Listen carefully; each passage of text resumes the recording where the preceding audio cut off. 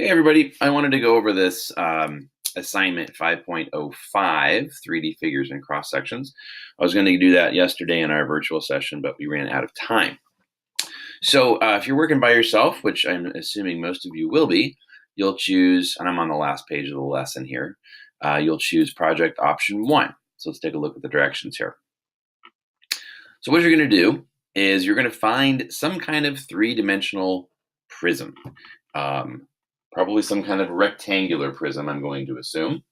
And Kleenex box is a great example, but it could be anything. Cereal box, CD case, or even a coffee table. I would say go small. But anyway, you're going to measure your prism in inches or centimeters, whatever you have on your ruler. I would highly suggest using centimeters, and I'll tell you why. We're going to be doing some scale factors down here that are by factors of 10.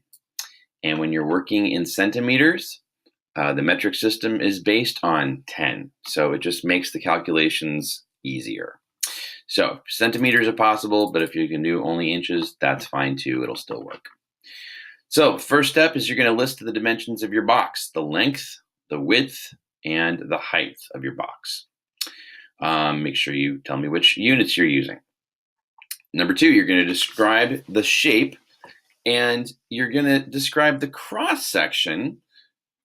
If you were to slice your shape in a cut that was parallel to the base of the shape. And earlier in the lesson, they talk about cross sections of shapes and things. So make sure you read through that to understand what that's talking about, and watch the videos so you can kind of visualize that. I didn't really go over that part in the lesson yesterday.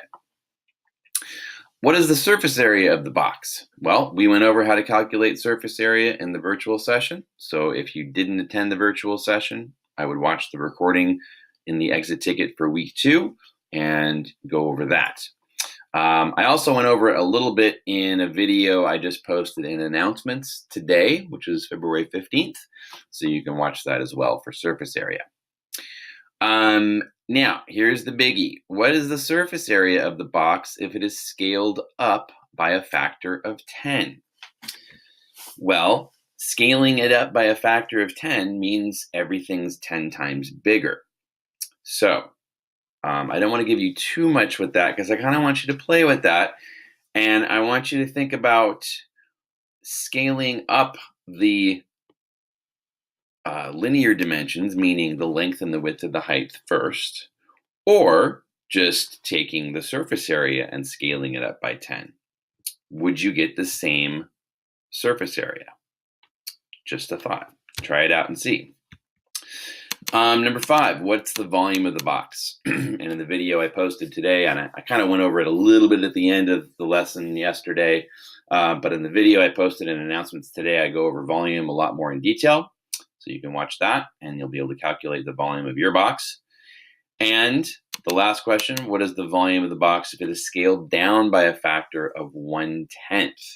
And what that means is if you're scaling down, you're basically multiplying it by 1/10, making it 10 times smaller. Or you could also say you're dividing it by 10.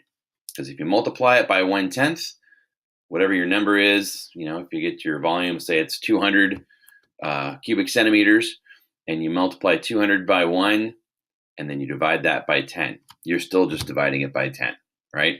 So if you're scaling it down by 1/10, that just means you're dividing it by 10. But again, are you taking each dimension first, the length and the width and the height, and dividing that by 10 and then multiplying? Or are you just taking your volume, whatever that is, and then multiplying or dividing that by 1/10 or dividing that by 10? And again, you'll find you probably get different answers. And why is that? We're going to talk about that next week in our virtual session. All right, hopefully that helps. And if you have any questions on this assignment, please let me know.